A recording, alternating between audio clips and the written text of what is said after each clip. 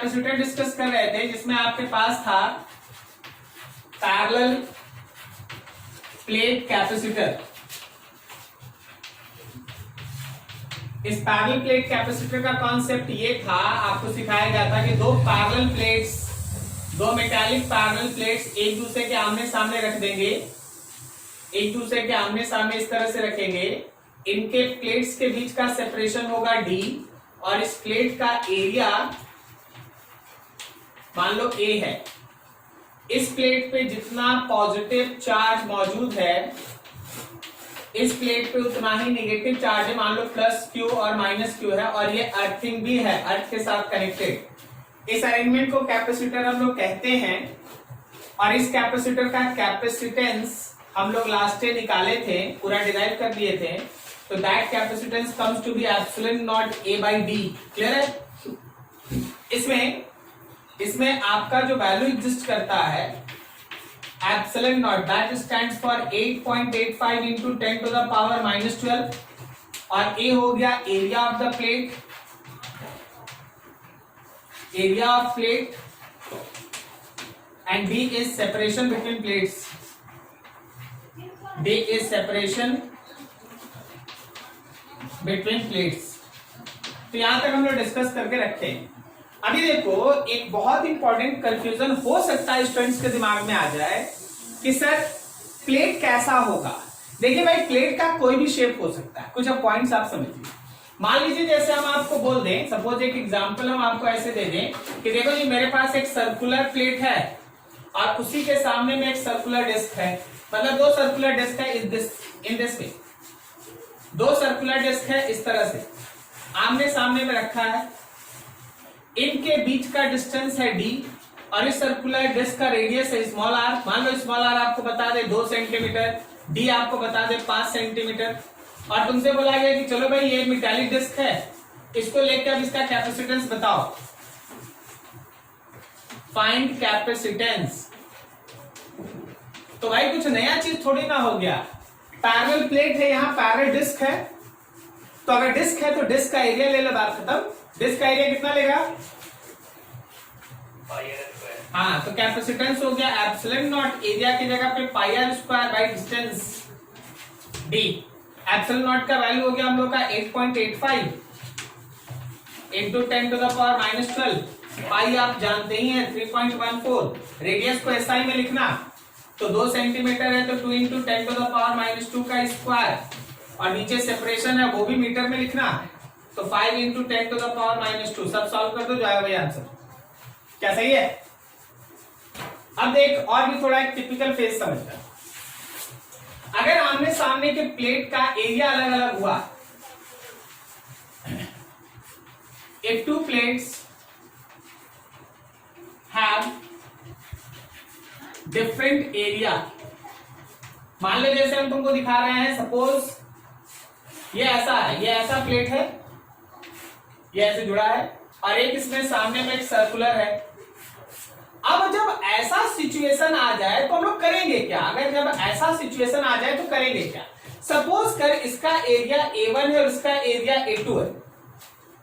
अब सर कौन सा एरिया ले? जब दोनों एरिया अलग है तो कौन सा एरिया ले? जब आप दोनों एरिया अलग है तो टेंशन तो इस बात का है ना कि एरिया 1 और एरिया 2 बराबर नहीं है। क्या बोलता है? ये तो टेंशन है, डिस्टेंस तो d है, तो जरूर कुछ ना कुछ तो होगा ना। ऐसा हो सकता है A1 बड़ा हो A2 छोटा हो, या ये भी हो सकता है कि A2 बड़ा हो A1 छोटा। तो जो छोटा वाला एरिया होगा ना, जो छोटा वाला एरिया होगा वही इफेक्टिव एरिया है।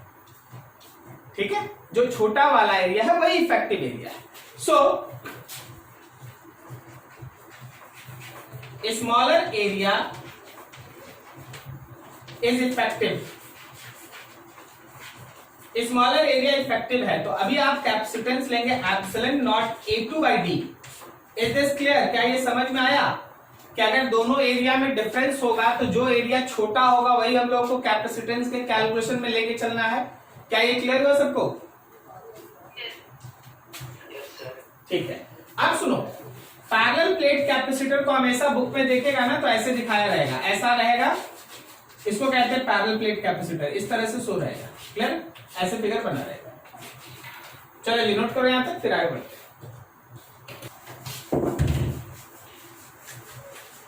चलो एक बड़ा सा टॉपिक है, स्टार्ट करते हैं, दैट इज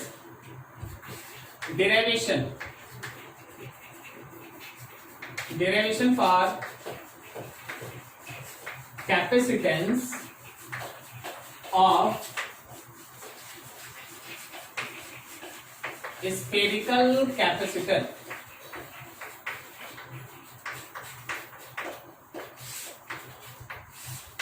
स्फेरिकल कैपेसिटर का कैपेसिटेंस, स्फेरिकल कैपेसिटर का कैपेसिटेंस।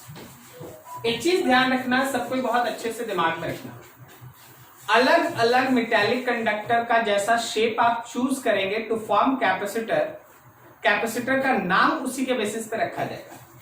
तो जैसा लास्ट टाइम भी डिस्कशन हुआ था, स्फेरिकल कैपेसिटर का मतलब हो गया दो कॉन्सेंट्रिक स्फेरिकल शेल्स, दो concentric spherical shells. Inner shell का रेडियस a है, आउटर सेल का रेडियस b है। इनर सेल के सरफेस के ऊपर पॉजिटिव चार्ज q है, आउटर सेल के इनर फेस पे निगेटिव होगा, equal and opposite charge, equal and opposite charge minus q होगा, और ये वाला अर्थिंग भी होगा। यही तो हम लोग सीखे भाई, ठीक है। अब हमको इसका कैपेसिटेंस फाइंड आउट करना है। क्या आपको लास्ट ईयर के क्लास में ये सिखाया गया था कि अगर आप कैपेसिटेंस निकालना चाहते हैं, you have to proceed with 3 steps. पहले स्टेप में क्या था, पहले इलेक्ट्रिक फील्ड इंटेंसिटी निकालेंगे, या अगर याद है तो लिख देंगे। दूसरे में क्या था, इलेक्ट्रिक फील्ड के बेसिस पे पोटेंशियल का डिफरेंस निकालना। और थर्ड स्टेप में क्या था, Q by V। Very good. तो देखो हम लोग सबसे पहला काम क्या करते हैं, फर्स्ट स्टेप में, फर्स्ट स्टेप में हम लोग का है finding electric field intensity between conductors. इन कंडक्टर्स के बीच इलेक्ट्रिक फील्ड इंटेंसिटी निकाल रहे हैं। अभी हम तुमको आया बहुत शॉर्टकट में दिखा देते हैं। यहां से r डिस्टेंस अवे आप एक गॉसियन सरफेस लीजिए भाई, ये रहा आपका स्फेरिकल गॉसियन सरफेस। याद आया, गॉसियन सरफेस जो चार्ज को इंक्लोज करने में मदद करता है, ठीक है।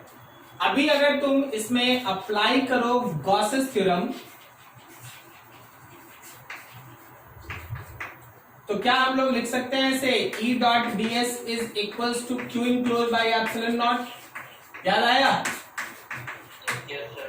तो गॉसियन सरफेस के लिए E integration of d s is equals to q by epsilon naught लिखते हैं। देख इसके अंदर का चार्ज तो क्यू ही है ना, और ये हो गया E डॉट डी एस की जगह हो गया 4 पाई आर स्क्वायर, यहाँ Q by epsilon not. So E is equals to 1 by 4 pi epsilon naught Q by R square। क्या बोलता है, समझ में आया यहाँ तक? ये तो तुम लोग पहले भी कर रखा है। A is 1 by 4 pi epsilon naught Q by R square। तो देखो पहला स्टेप खत्म, जिसमें हमको electric field intensity find out करना था। अब हम यूज करेंगे second step.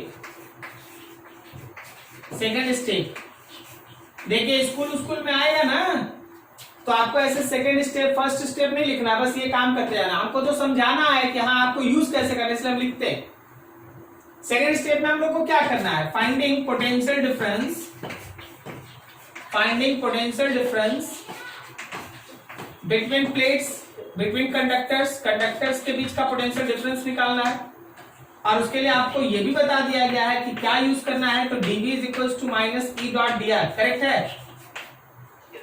Now integration of dv क्या हो गया, सर आपका वीडियो क्लियर नहीं आ रहा, मतलब दिखा ब्लर जैसे दिख रहा है। ब्लर दिख रहा है, बाकी सब ठीक ठाक है सब जगह? देखो थोड़ा सा नेट का इशू हो सकता है, थोड़ा देर वेट करो, तुरंत है ना ठीक हो जाएगा, आप चिंता नहीं करो, धीरे धीरे ठीक हो जाएगा। अगर हर जगह प्रॉब्लम होता है तब मेरा प्रॉब्लम है, ओके, नहीं तो इंडिविजुअल भी हो सकता है। चलो कोई इशू नहीं। Integration of E dot d r, तो एक बार और, integration of dv is minus E के जगह पे ये वैल्यू हम लोग लिख दिए 1/4πε0 Q/r² और साथ में dr। ठीक है, अब लिमिट देख, हम लोग इस प्लेट से इस प्लेट तक भी का अगर लिमिट ले तो क्या यहाँ भी का भी लिखेंगे तो इसका भी का वैल्यू 0 लिखेंगे? बताओ इसको 0 क्यों लिख रहा है? इस सेल के पोटेंशियल को 0 क्यों लिख रहा है? क्योंकि ये अर्थिंग है। अब रेडियस देखो, इस सेल का रेडियस a है और दूसरे सेल का रेडियस है b। तो देख, रेडियस का लिमिट होगा a से b तक और पोटेंशियल का लिमिट होगा b से 0 तक। क्या आपको समझ में आ रही है?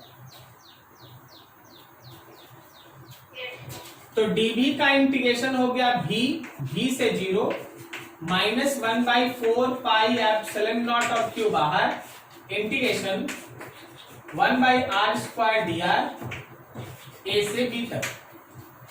तो यहां हो गया 0 - b is -1/4πε0 q 1/r² का इंटीग्रेशन r पे पावर -1/-1 a से b तक।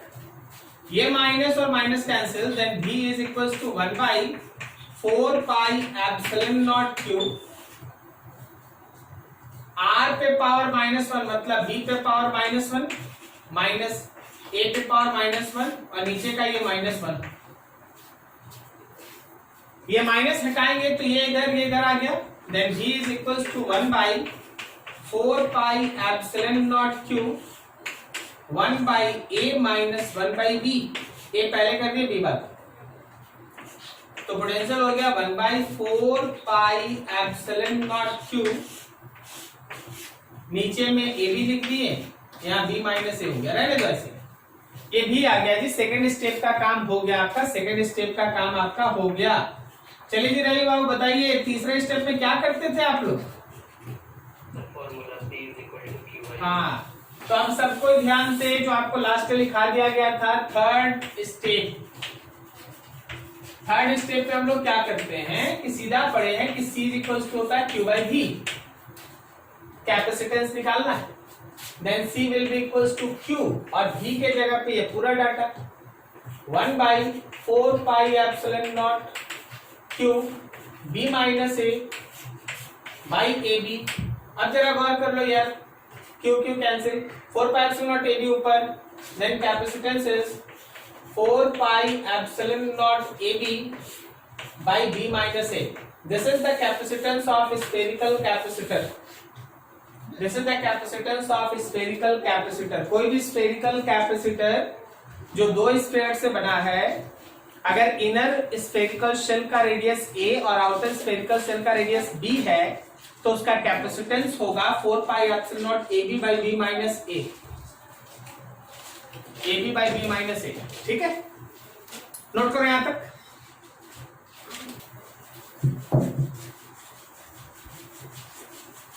फर्स्ट पॉइंट ये है कि कैपेसिटेंस अगर एयर रहेगा तो हम लोग का होगा 4πε0 AB by B - a, 4πε0 AB by B - a। हम इसका दूसरा फॉर्मेट भी लिखते हैं, उसको भी आप समझना।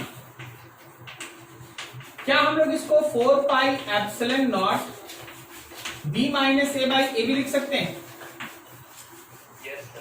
तो अब एक बार b में ab से डिवाइड करो, b कट गया 1/a और इसमें डिवाइड करो, तो क्या हम लोग इसको 4πε0 1/a - 1/b लिख सकते हैं?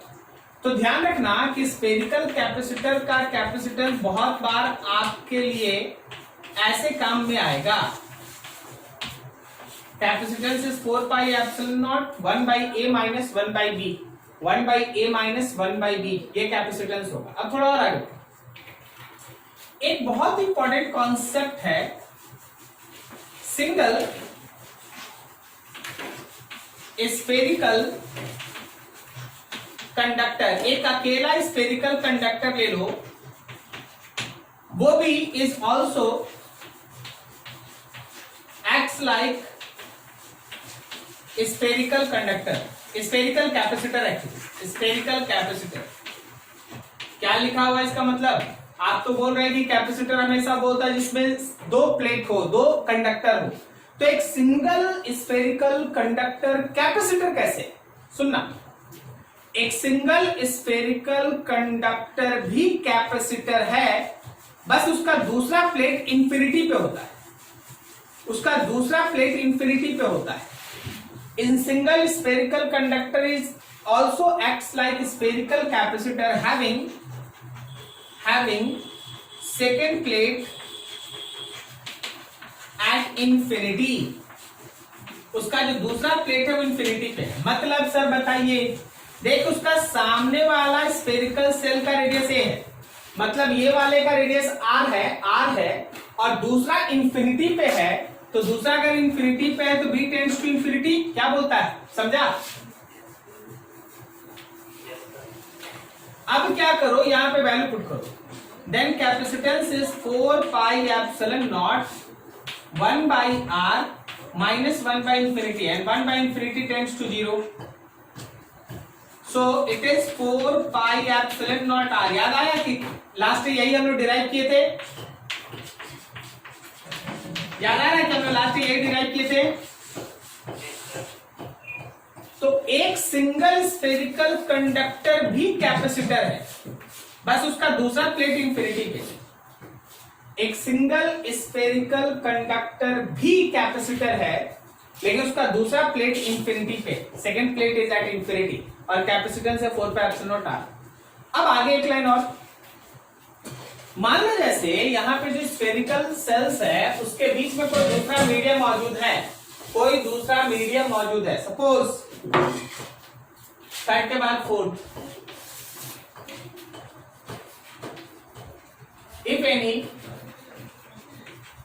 other medium is present between spherical shells। अगर स्फेरिकल सेल्स के बीच कोई दूसरा मीडियम है तो याद रखना कैपेसिटेंस विथ मीडियम होगा 4 पाई एप्सिलॉन नॉट के A B by B minus है। चलो जी बताओ, के यहाँ किसको स्टैंड करता है, dielectric constant, where K equals to dielectric constant, जो मीडियम के ऊपर डिपेंड करता है। हम लोग डाइलेक्ट्रिक कांस्टेंट हर मीडियम के लिए अलग अलग होता है। जैसे कोई हमको बताएगा क्या कि K एयर रहेगा तो कितना होता है 1, K वाटर रहेगा तो कितना होता है 80 अप्रॉक्स। अगर के माइका है, माइका सीट है, तो याद रखना 5 अप्रॉक्स, ठीक है। तो ऐसे चीज चलता है। स्फेरिकल कैपेसिटर मतलब दो कॉन्सेंट्रिक स्फेरिकल शेल्स, एक का इनर रेडियस ए, दूसरे का बी, अंदर वाले पे चार्ज प्लस क्यू, बाहर वाले के इनर फेस पे माइनस क्यू और अर्थिंग। जब हम लोग सारा चीज सॉल्व किए तो हमारे कैपेसिटेंस का वैल्यू आया डेरिवेशन के बाद 4 pi epsilon naught A B by B minus A. अब उसी को हम लोग अलग अलग फॉर्म में, अलग अलग फॉर्मेट में कन्वर्ट किए, ठीक है, नोट करो बढ़िया से।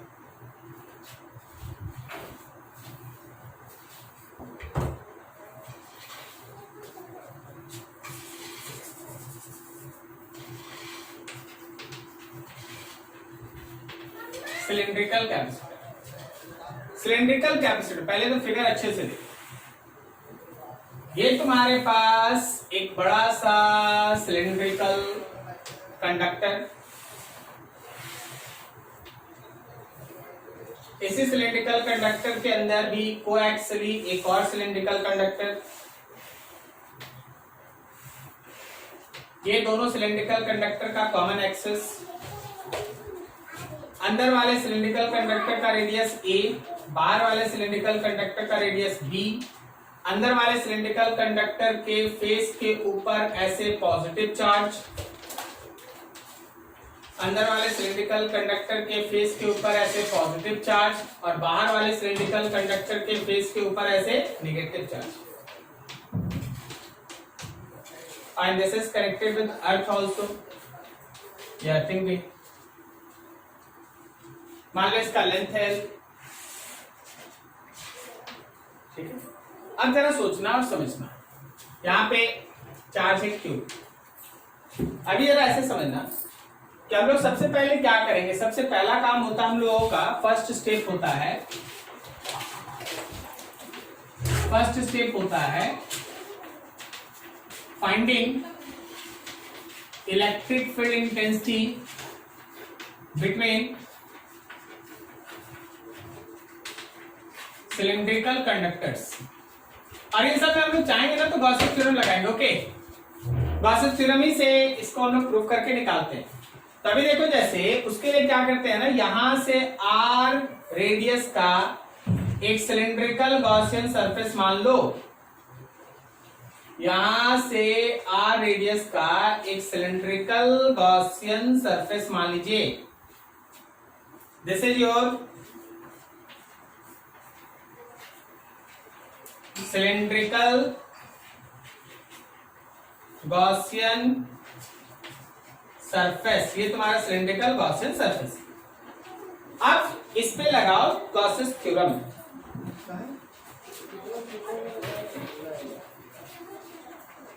अप्लाइंग गॉसियन थ्योरम, तो हम लोग ये सीखे थे flux is equals to q enclose by epsilon naught, और इस फ्लक्स की जगह लिखा जाता है E dot DS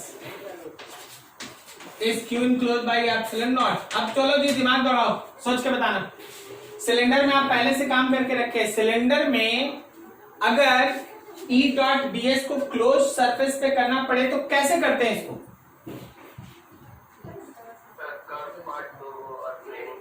very good, curve part एक हो और प्लेन दो, ठीक है ना।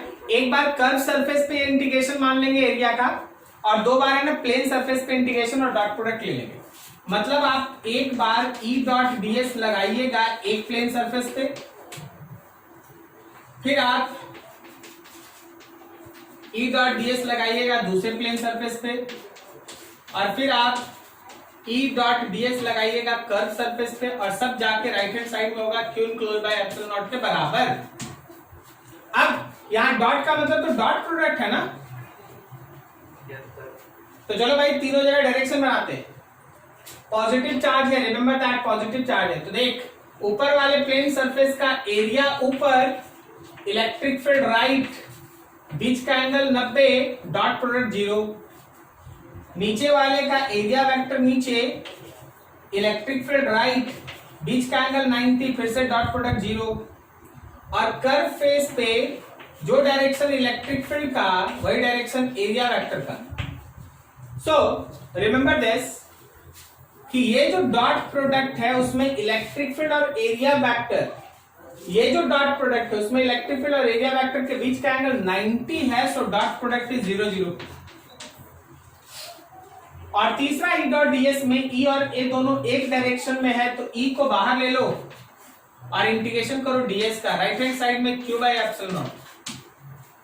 बोलेगा सर उधर क्यू इनक्लोज में क्यू कैसे लिख दे? देख अंदर का चार्ज प्लस क्यू है, तो सिलेंडर के अंदर का चार्ज क्यू ही है ना। अब बताओ कर्व सरफेस में सरफेस एरिया का इंटीग्रेशन कितना?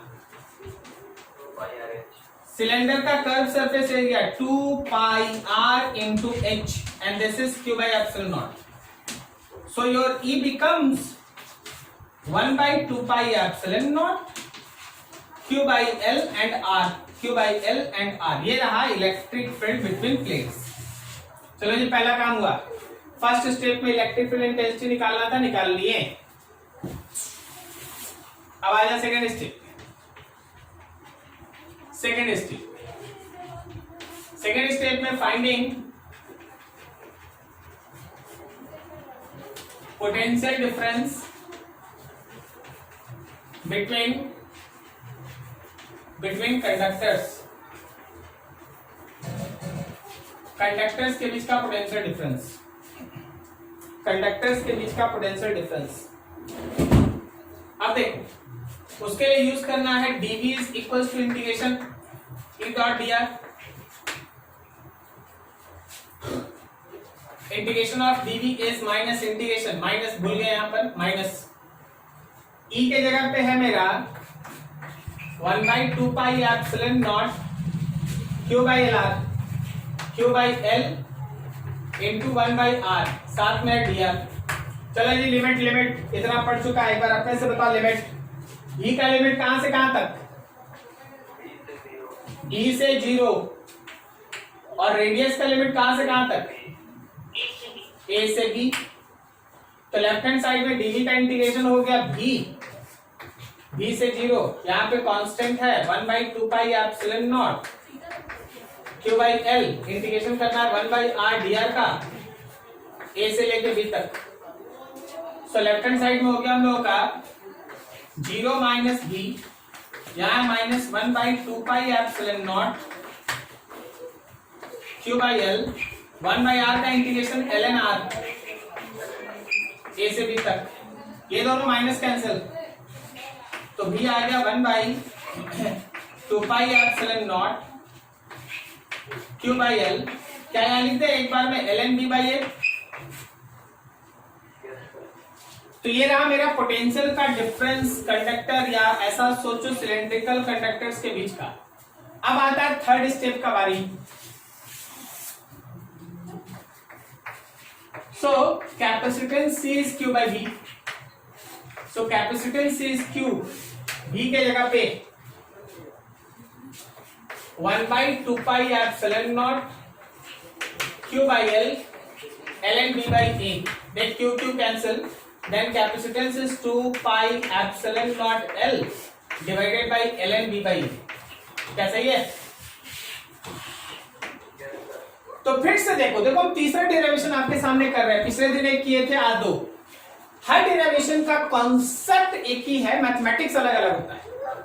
हर किसी में पहले कंडक्टर्स के बीच इलेक्ट्रिक फील्ड निकालना है, दूसरी बार E को यूज करके पोटेंशियल का डिफरेंस निकालना है, और third capacitance is equal to Q by V।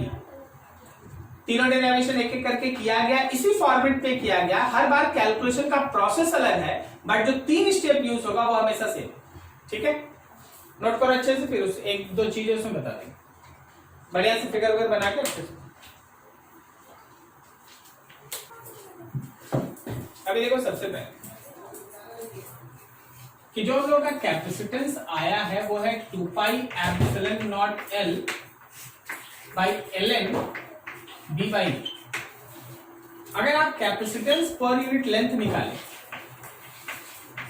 अगर आप capacitance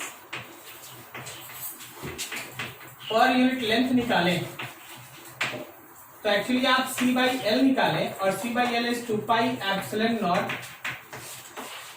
ln B by.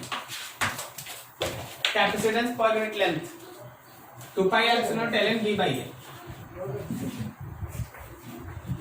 For numerical purpose, कभी भी आपको भी पता है कि आपका जितना भी मैथमेटिक्स में टेबल दिया रहता है सब ln का नेचुरल बेस नहीं रहता, वो सब 10th बेस में होता है। तो आप याद रखिएगा कि capacitance is 2 pi epsilon not L, ln के जगह पे log लगेगा तो 2.303 log B by A use करेंगे। क्या ये लाइन समझ में आया? तो ln नहीं छोड़ेंगे, ln थ्योरेटिकल टर्म है, अगर आप न्यूमेरिकली उसको वैल्यू फाइंड आउट करने जाएंगे तो ln के जगह log लगाइएगा B by A, 2.303 से मल्टीप्लाई। ठीक है, नोट करो इतना।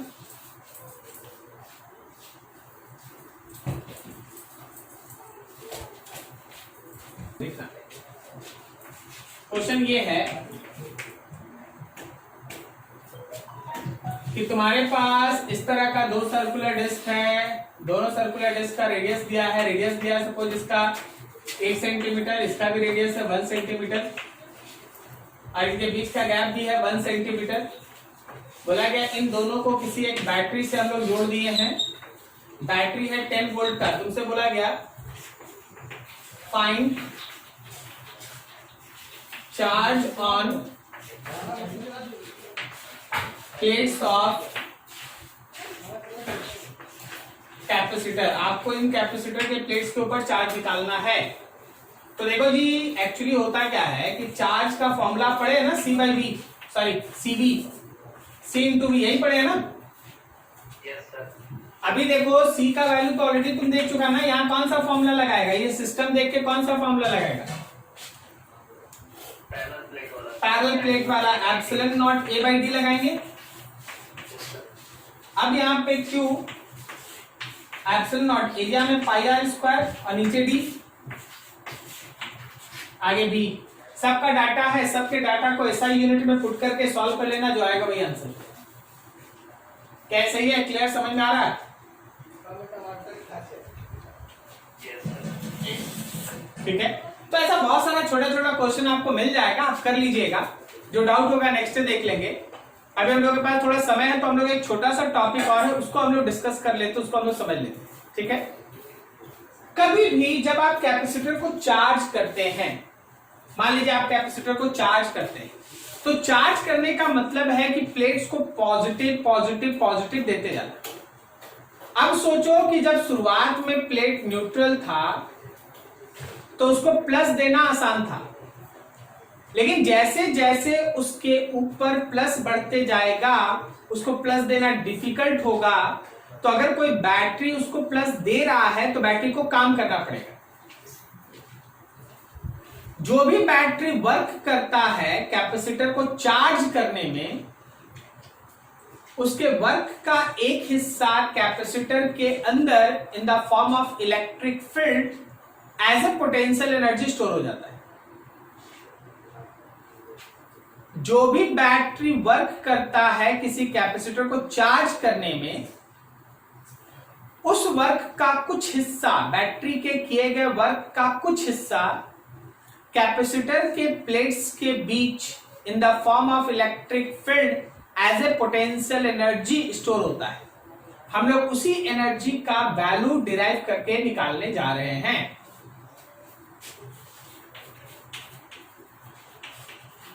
concept of potential energy stored in any capacitor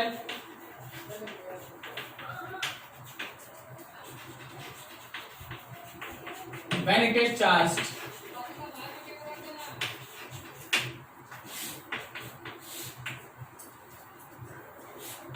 यहाँ एक बैटरी है, यहाँ पे की है, ये कैपेसिटर का प्लेट है एंड सो ऑन। इधर रखेंगे, मान लीजिए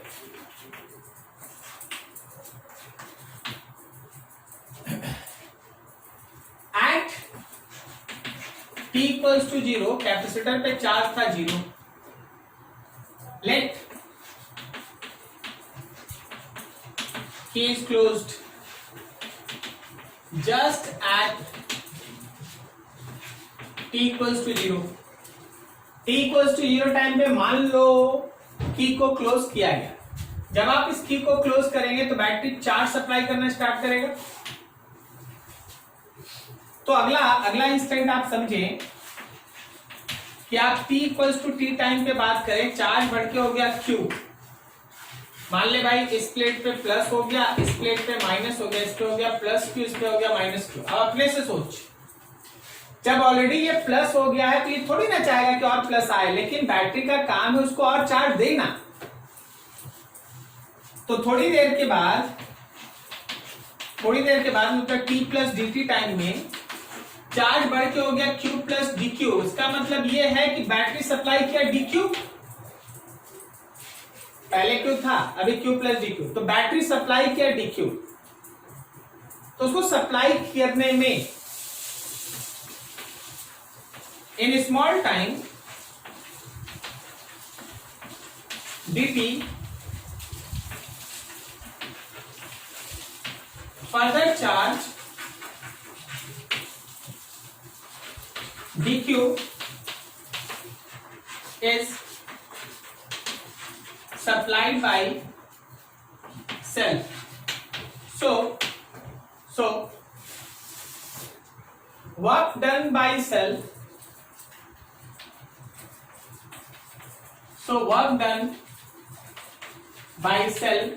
in supply of dq charge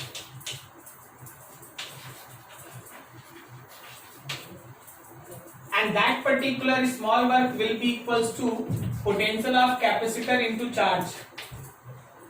तो जरा गौर कर भाई, क्या कैपेसिटर के पोटेंशियल को Q by C लिख सकते हैं? किसी भी इंस्टेंट पे कैपेसिटर का पोटेंशियल लिखेगा ना Q बाई सी, जैसे जैसे चार्ज बढ़ते जाएगा वैसे वैसे उसका पोटेंशियल बढ़ते जाएगा। तो अगर आप टोटल वर्क निकालना चाहते हैं इस प्रोसेस में तो Q बाई सी और dQ का इंटीग्रेशन 1 बाई सी बाहर, integration of Q into dQ। Charge कहां से कहां चल रहा है, तो जीरो से चार्ज स्टार्ट हुआ था और किसी चार्ज Q0 तक चलेगा या Q तक चलेगा, मान लो Q तक चलेगा। Then work will be equals to 1 by C Q का integration Q square by 2, zero से Q तक। So work will be equals to Q square by 2C. This is the work done by capacitor in supplying that charge. गलत बोल गए, गलत बोल गए। This is the work done of the cell which is stored as a potential energy between plates of capacitor. ये सही। This is the work done of cell which is stored as a potential energy between plates of capacitor. So this is work done by cell which is stored as potential energy of capacitor, which is stored as potential energy of capacitor। तो capacitor का potential energy U से दिखाएंगे, U से is equal to Q square by 2C। यह है capacitor के potential energy का formula Q square by 2C। तो एक बार पूरा चीज फिर से एक बार रिवाइज कर लेते हैं, एक बार ब्रीफली समझ सकते हैं। जब भी कैपेसिटर को किसी बैटरी से चार्ज किया जाता है तो उसके चार्जिंग के दौरान बैटरी को काम करना पड़ता है। बैटरी के काम का किया गया कुछ हिस्सा कैपेसिटर के अंदर इलेक्ट्रिक फील्ड के फॉर्म में as a potential energy store हो जाता है। कैपेसिटर के अंदर इलेक्ट्रिक फील्ड के फॉर्म में as a potential energy store हो जाता है, ठीक है। And how much that whole derivation is about that and the value is Q square by 2C, ठीक है। नोट करो वहां पे।